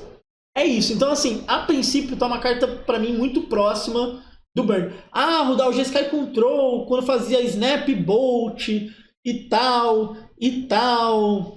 E a gente tinha esperança que o Brasil ia ganhar uma Copa em 2014. E tinha a galera que falava, a gente vai ganhar essa Copa porque vai ser roubada. E teve 7-1. E pessoas acreditavam que se os aeroportos puderem cobrar taxa de bagagem, vai ficar mais barato. E no final você paga uma fortuna. Assim, momentos de grande inocência, tá ligado? Então não é assim. É uma carta legal pra você usar contra burn, no burn. É muito ligado a burn, tá ligado? Vou usar de side contra burn, fechou. Até contra um agro que você tá enfrentando e tal. Mas é muito pego nisso. Pelo menos é a minha visão inicial sobre essa carta. Eu acho ela legal, tal, mas eu acho que ela tá muito pego nisso. The Necrobloom, 4 manas 2/7, tem landfall. Toda vez que o terreno entra em campo sob seu controle, você faz um token 0/1 de planta. Você controlou 7 ou mais, você faz 2/2 zumbi. Então ele vira um field. Edge. E aí a habilidade que é muito importante, que é porque eu quis destacar dessa carta, que é os terrenos têm dread. Qual que é a grande chance dos meus terrenos terem dread? Eles terem utilidade. Então a minha saga de Urza, eu posso pegar nisso. Lembrando que eu consigo jogar isso muito bem com carta que é bem legacy, assim, né? Hoje em dia para jogar no Modern não é tão comum, ainda que ela e Saga de Urza são bons amigos. Vou pegar a arte original, que eu gosto da arte original. O famoso Vida da Amarga, Life from the Low, né? Que retorna 3 terrenos e tem dread também. Então assim, seus terrenos ganharem utilidade faz essa carta ficar muito mais interessante. Então, saga, tal, isso, busco. É uma carta que tem muita cara de Legacy. Né? Seja no Depths, seja no Lands. É muito interessante. No Modern, dá pra ter deck pra isso? Dá. Mas é muito mais cara do Legacy porque você tem... e aqui deixa eu... Você tem, por exemplo, Glacial Chasm, né? Abismo Glacial, que é uma carta, né, que é importante no Legacy. Então você paga 2 de vida, quando ela entra sacrifica um terreno, você não pode atacar, todo dano causado a você vira 0. Entre outros terrenos que vão ganhando utilidade, você ganha uma inevitabilidade surreal, assim. Não é de hoje que deck baseado em terrenos é um recurso que tem uma inevitabilidade enorme. Esse tipo de carta dá essa inevitabilidade. Então, tanto você ficar fazendo vários terrenos, quanto você ficar voltando com utilidade é muito bom. A princípio eu animo mais com essa carta no Legacy do que no Modern, mas A gente tem Saga de Urza, né? Com o tempo vai ganhando cada vez tem mais utilidade. Acho que até separei uns aqui no final. Breia, 4 manas, 4/4. Essa carta tem muito mais cara de Commander, mas eu já vou explicar porque ela tá separada aqui. Quando ela entra em campo, você cria 2 Tópteros, um voar, paga 2, sacrifica 2 artefatos. Ela pode causar 3 de dano num jogador, um Planeswalker, -4 numa criatura, ou você ganha 5 de vida. Existe, e eu já falei disso, um core de artefatos de utilidade no formato. Tem Mox, ele perdeu força, mas ele ganhou o seu momento com Grid Station. Classe alta 100?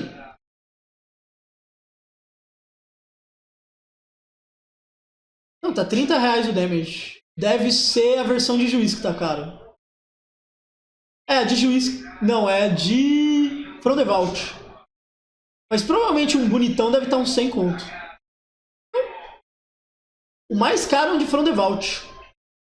Eu tô de boa, 70 conto. Vou aproveitar para cortar essa parte que tá passando um carro de gás. Olha o caminhão de gás, dona de casa. Tá barato. Oh, gás. Não tá tão caro, não. É chato de achar. Esse que é o tchan, é bem chato de achar, tá ligado? E a loja aí tem. Não tá tão caro. Mas o tchan com essa breia é muito isso, tá ligado? Pô, existe uma shell de artefatos com utilidade. E ganhou Capa Cannoneer. Então, pô, não dá pra falar que essa carta é só horrível. É que o foda é ter que ficar pagando 2 mana, ficar ativando habilidade e tal. Isso daí é meio desagradável. Mas assim, no mundo que você tem artefatos de utilidade, ponto deck, né, que você não tem que explodir, etc. É um card. Não é um absurdo, não. Nadu Winged Wisdom. 3 manas, 3/4 voar. Criatura que você controla tem toda vez que ela se torna alvo de uma mágica ou de uma habilidade, revela a carta do topo. Se for um terreno, você coloca em campo. Se não, você coloca na sua mão. E você faz essa habilidade 2 vezes cada turno. Vamos se divertir.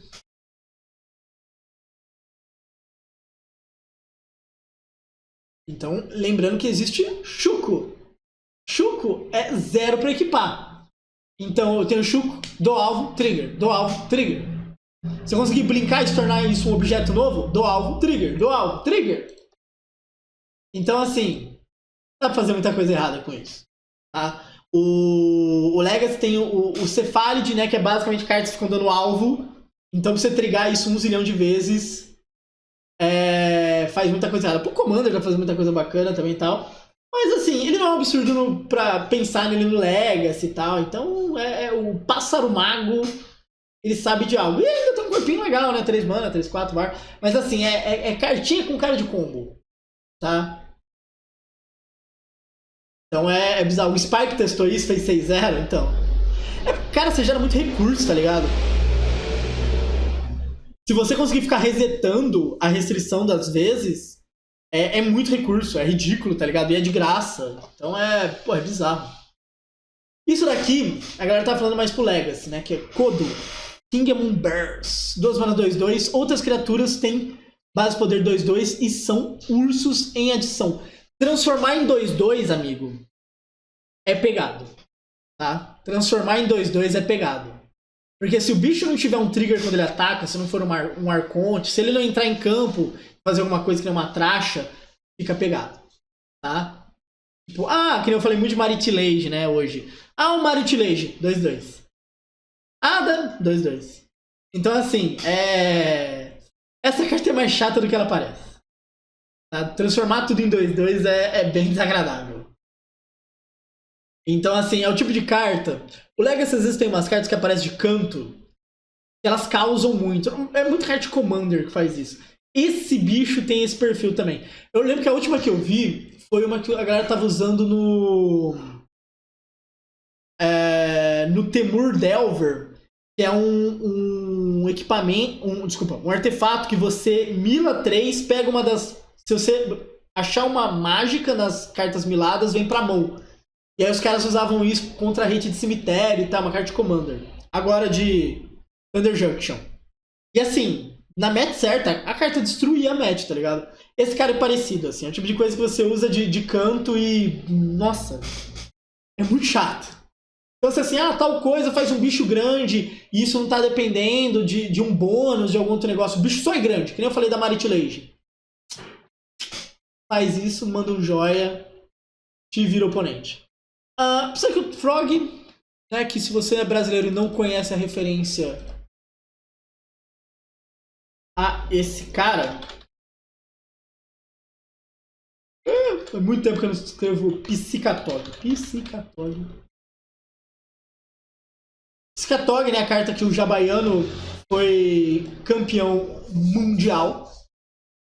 É uma referência ao menino Piscatog, só que sem o sorriso encantador dele.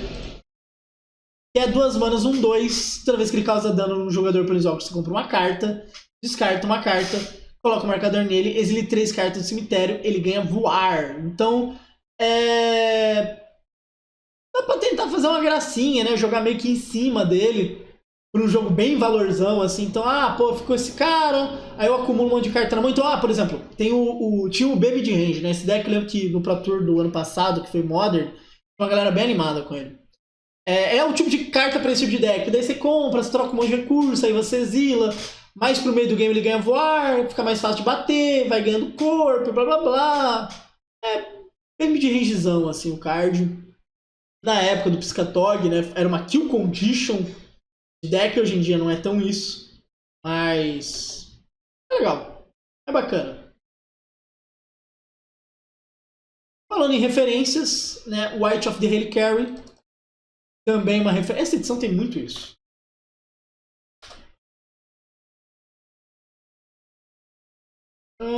Cavaleiro de Relicário?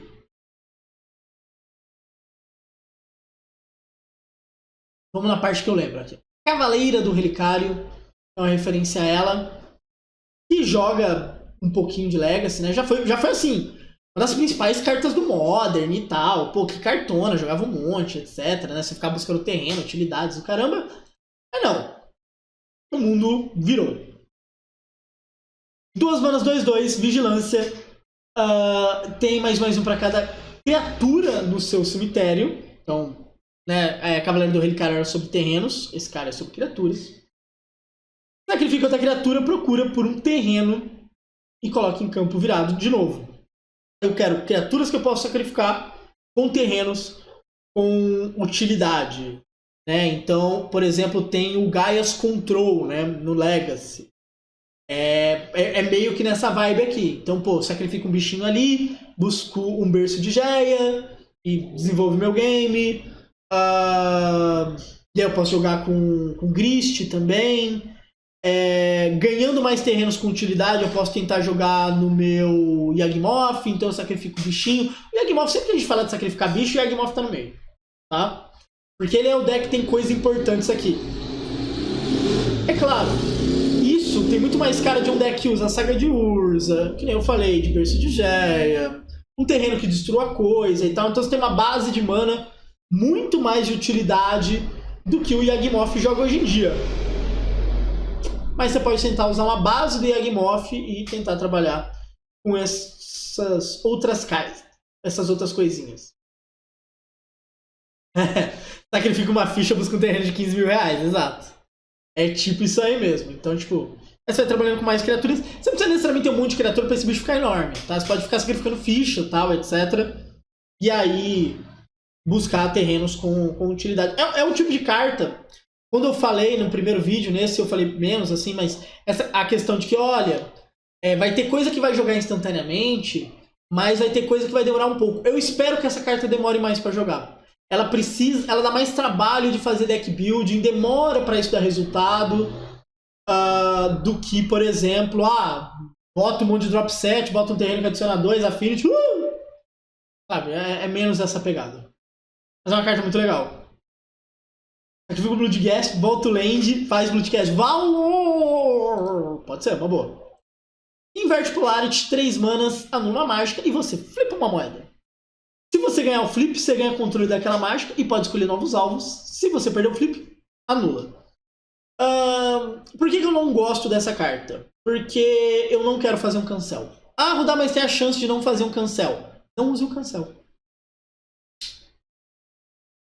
Use um counter spell. Não use um cancel. É isso. Ah, mas eu tenho como fazer um negócio. Só não use um cancel. Se você não usar um cancel, você não. Quando você não usa o cancel, você tem 0 chance de fazer o cancel. Tá? Eu quero saber se tem 50% de chance de fazer um cancel ou de pegar spell. Se você não usar o cancel, você tem 0% de chance de fazer um cancel. É simples. Tá? Não caia nesse golpe. Só não usar o cancel, que daí você não vai fazer cancel. Planar Gênesis, eu lembro quando essa carta saiu, que eu comentei que assim, você dá um impulso. A impulso é uma carta T2, né? Mas vamos colocar ela aqui.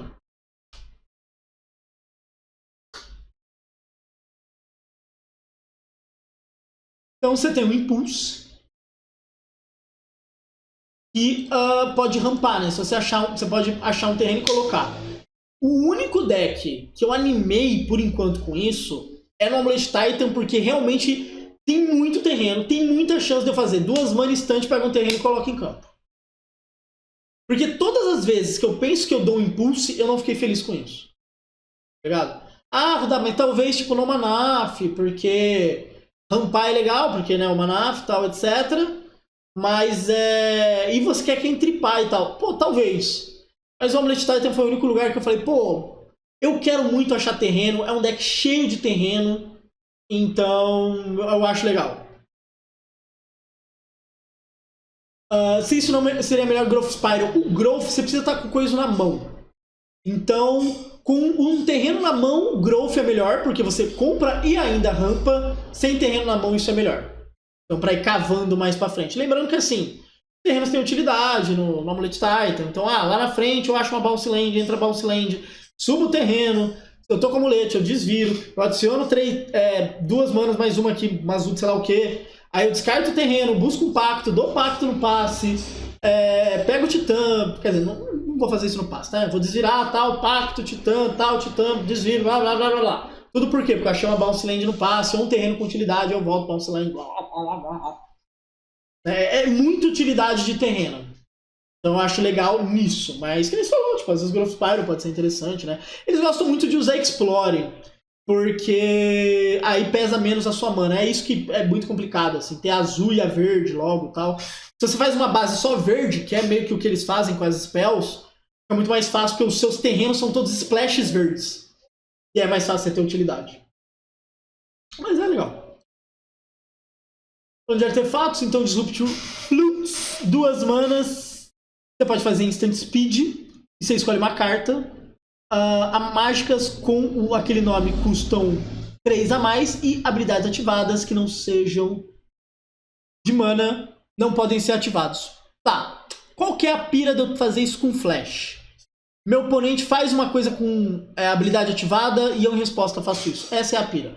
Porra, mas você podia estar evitando. Podia.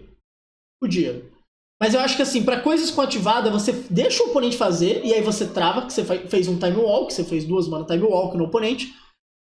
Só pra quem quiser entender, Time Walk é uma carta de alpha e beta, que é que você ganha o turno extra. Então você come o turno do oponente fazendo essa jogada. E quando são coisas que você só quer que o oponente não faça, você faz proativamente. Valeu, meu querido, tamo junto. Você só faz isso proativamente. Então, por exemplo, eu vou fazer isso contra Amulet Titan. Pô, cara, meu oponente não pode fazer Titã agora. Faço isso. Mas pode destruir e tal, mas eu como aquele turno sem tomar um Titã. Sabe? É isso. Mas, por exemplo, meu oponente vai fazer um Teferi. Eu, em resposta, faço isso e desligo o Teferi.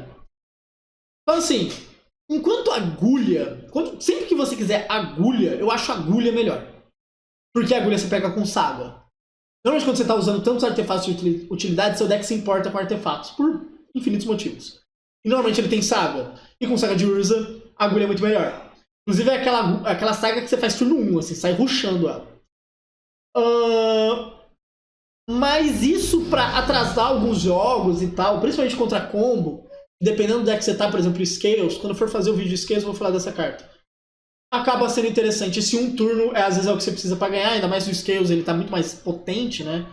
Porque ele tem caldeirão e tal, então às vezes só precisa passar uns marcadores aqui, que na volta é dentro. Então, eu gosto da carta, parece um bom sideboard. Ursas Incubator, 3 manas, conforme entra em campo você escolhe um tipo e custa 2 a menos.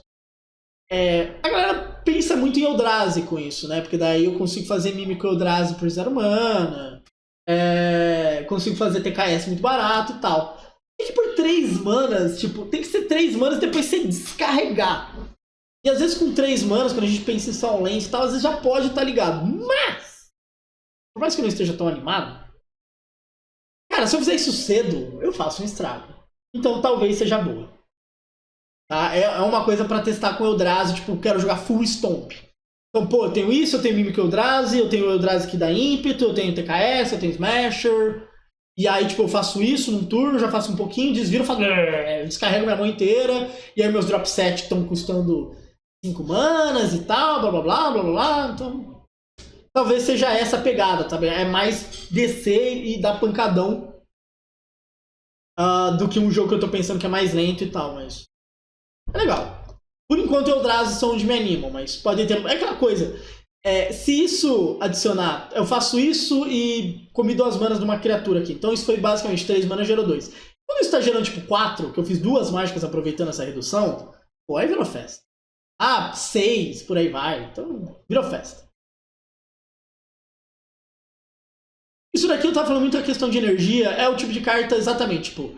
Pô, 2 manas, entra virado, adiciona uma mana... eu uso uma energia pra adicionar de qualquer cor. O ponto é, 2 manas ganho 3 de energia, no próximo turno tem uma mana a mais. Então toda vez que eu fico falando sobre payoff de energia e tal, etc, tem um reanimate com energia, tem isso com energia, blá blá blá blá, esse tipo de carta que você quer, tá ligado? Porque você vai, 2 manas faz isso, aí pô, tal turno, tipo, eu só fiz isso, aí tal turno, agora eu tenho um monte de mana. Então, por exemplo, a cólera branca lá. Então, eu vou acelerando mana, aí eu destruo até isso aqui mesmo, eu já ganhei a energia que esse negócio me dava. E vamos, tá ligado? O ponto é uma carta abaixo da média? Mas ela me dá muita energia. Então ela pode deixar um payoff meu bom o suficiente. Então eu meio que dei um passo pra trás pra dar 2 passos pra frente. Sabe? Esse tipo de carta, assim, exemplifica muito essa lógica. Sabe? De eu vou usar cartas subótimas pra ter um efeito muito bom lá na frente. Então, fica isso. Cartinha de Saga de Urza também, eu falei um pouco dela, vou falar bastante na análise do Scales, que é o Vexen Bubble. 1 mana, toda vez que um jogador jogar uma mágica, se ele não pagou mana por isso, anula e eu ainda posso estourar esse negócio. Saga de Urza, obviamente. Então, Saga de Urza e ela, bons amigos. Contra Cascade é muito bom. Force of Vigor não vai conseguir ser feito por Pitch Spell. Então, assim, bom, é bom. Lembrando que se tem uma talha na mesa e o oponente faz Force of Vigor e precisa pagar 1 da talha, esse negócio já não funciona, tá? Mas é uma carta legal, assim. Cascade não é mais tão bom, então perde um pouco do espaço de side, mas é legal para tentar pegar um Cascade, qualquer coisa que tá fazendo free spell. O Aluren, né, o projeto Aluren ali, isso aqui é um baita side. Assim, é uma baita carta de side, né? Os artefatos vieram muito com isso. Então eu falei da flauta, eu citei mais cedo aqui fica, né, taxando na hora de desvirar não básico e tal. Também, essa carta é uma carta de side. 1 mana é Saga de Urza. Bom, no Legacy ela é interessante também. Então, baita carta. Daí a gente tem o ciclo de terrenos. Eu acho que eu falei um pouco do preto, quando eu fui falar do Yawgmoth. Que é se uma criatura morreu, né, você consegue dar connive. O azul também é legal, com a questão dos artefatos e tal. Sua próxima mágica ganha Improvise, então você pode virar. Então isso, que nem o rolê que eu falei do 8cast, tudo que eu falei do capa se aplica para esse terreno, né? Ele vai entrar de pé se for uma ilha. Isso aqui é o que adiciona mana branca. Você vai ficar olhando do topo e pode pegar um card histórico, né? Lembrando que cartas históricas são artefatos, lendários, sagas e tal, etc. Então, por enquanto sai naquele Mono White Midrange, lá tem bons alvos, tem bons artefatos e tal. Tem até algumas cartas lendárias. Dá pra você usar ele, mas assim, ele depende muito mais de como a gente tá montando. Então, eu vou jogar, daí meu deck vai ter saga, vai ter um artefato pra tal coisa, aí uma coisa lendária tal, pô, dá pra tentar encaixar isso aqui meio que de graça, pela utilidade a mais, ele me dá um mid late game, né, com mais utilidade. O vermelho pra mim é um dos melhores, que nem tá de pé se tiver uma montanha, se paga um, vira e dá Exert, né, que é uma habilidade que a gente tinha lá em Amonkhet, que ele não vai desvirar na próxima etapa, e você adiciona 2 vermelhas. E aí, a criatura que for feita com isso vai ganhar ímpeto. Mas tem o Chan, né? Que podem ser 2 criaturas usando essa mana. Então, pô, a gente foi falar o rolê dos Eldrazi. Eu quero jogar puro Stomp. Tudo vai ganhar ímpeto. É interessante.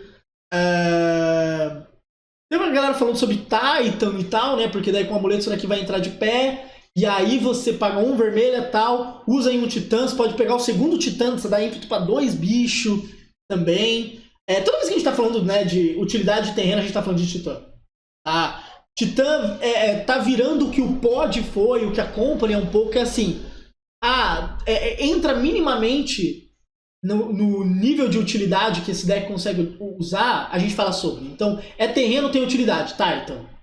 Do mesmo jeito que tem ETB e é fácil de buscar com o pod, tá ali, Shard e Company e etc, né? Então ele pode ser uma possibilidade. Não sei se ele é melhor do que os terrenos que o Titan já usa, mas tá aí. Esse daqui é uma das cartas mais hypadas da edição, e aqui eu compartilho do hype. Ela entra de peça por floresta, e você paga uma verde, beleza, tá. Se você tiver delírio, então você tem que ter 4 tipos diferentes pra trigar, o que é facílimo. 4 manas. E isso aqui se torna cópia de uma permanente no seu cemitério até o final do turno. E é isso. Por que isso é tão incrível?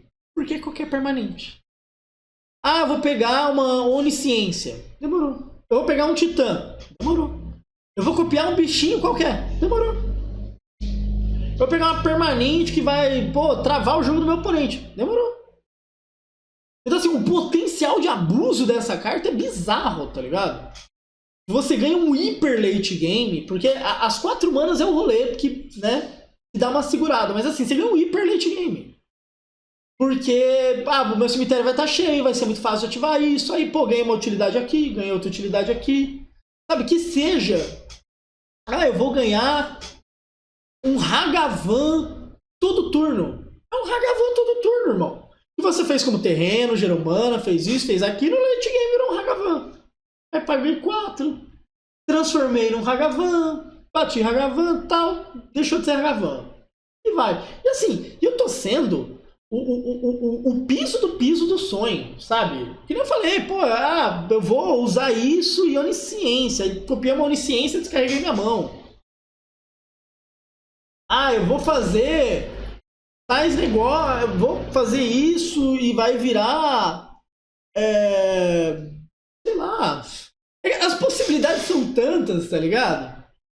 Você simplesmente copia coisas. E lembrando que copiar, quando é uma carta, por exemplo, que entra com marcador, tem ETB, etc., você não faz. Mas às vezes a carta entra com marcadores. Caso do Dark Depths, não entra mais. Então, assim, é surreal. É uma das cartas mais impressionantes, assim. E ela é surreal no nível que você olha e fala, cara, eu não sei nem o que fazer com isso por enquanto. E às vezes existe um mundo que essa carta é só de graça de usar e você coloca em tudo que tem verde. Toda hora ela vai entrar de pé, eu vou usar um monte disso, deu bobeira, ativei. Tô aqui com o meu Yagmoth, e late game, rapaz, deixa eu contar aqui. E foi, e virou um Yagmoth, combei. Sério, é surreal. É uma das melhores cartas da edição pra mim. Com certeza uma das melhores cartas da edição. Ela é ridícula de forte. As possibilidades que ela tem são muito boas. Desert Temple é um reprint, de novo, para coisas erradas de terreno, né? Porque você vira, desvira e tal. Tem que lembrar que Lotus... existe o Lotus Storm no formato. Então, um bom amigo pro Lotus Storm, né? Que vai, vira, desvira. Então, cartinha pra fazer combinho com terreno. E esse daqui, que é o último, é um terreninho que, Vermin Color, pagar um viro, você move um marcador de uma permanente. Então, eu faço saga, gero mana, tiro o marcador. Aí eu, próximo turno, coloco o marcador de novo, gero mana, ou vou pro 2, fico preso no 2, passando o marcador. Só faz isso como feitiço, né? Mas é utilidade, assim, é gostosinho. Obviamente, quando eu for falar de Scales, eu vou falar bastante dessa carta. Cara, vou fazer o meu top 5 cartas que eu mais gostei. Eu só não vou falar de Pauper, tá? Que Pauper vai ser outro vídeo. Labirinto de Ujin, pra mim, é uma das cartas mais impressionantes que tem nessa edição. Tipo, ela vai mudar a velocidade do formato e tal. A carta é muito surreal de forte. Primal Prayers, pra mim, é uma carta que tem um potencial incrível. A Luren pode realmente criar um deck novo no formato. Ela é ridícula de forte. Capa Cannoneer é uma carta que eu gosto muito. A gente pode ir para um tipo de deck de artefato mais de utilidade. Eu gosto muito quando esse tipo de opção aparece, então a gente não fica preso numa linha só. Deixa eu ver quem mais que entraria no meu top 5 de cartas esta edição.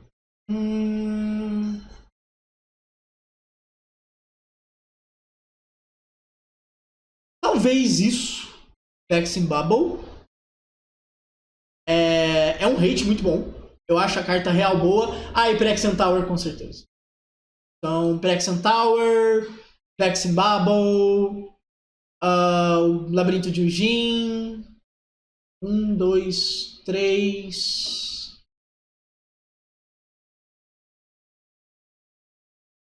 Primal Prayers. E a minha quinta carta seria a Capa Canônica. Eu acho que estaria 5. Parece ok. São as 5 que eu destacaria, assim, que são as que eu tô mais animado. Claro que, tipo, pô, Gris parece bom, Hal parece muito melhor. Tem muita gente animada com Tamir, eu não estou tanto. Tem gente animada com Sorin. Necrodominense parece ser muito bom, mas pro Legacy. Recruiter eu espero que seja bom, eu gosto da carta, mas... sei lá. O Jeans Binding é legal. Esse bicho verde é muito legal. Os Flares... acho que o vermelho... preto... acho que todos menos o branco, na verdade, são legais. Tem muita coisa que eu quero testar dessa edição. Vai ser uma edição bem bacana. Lembrando que eu devo fazer o acesso antecipado mais focado no Limited. Mas depois, quando sair no mall, eu devo fazer bastante coisa sobre Modern. Tá? Então essa foi a nossa parte 2. Teremos uma parte 3 só de Pauper e uma parte 4 só de Escape. Então é isso. Beijos.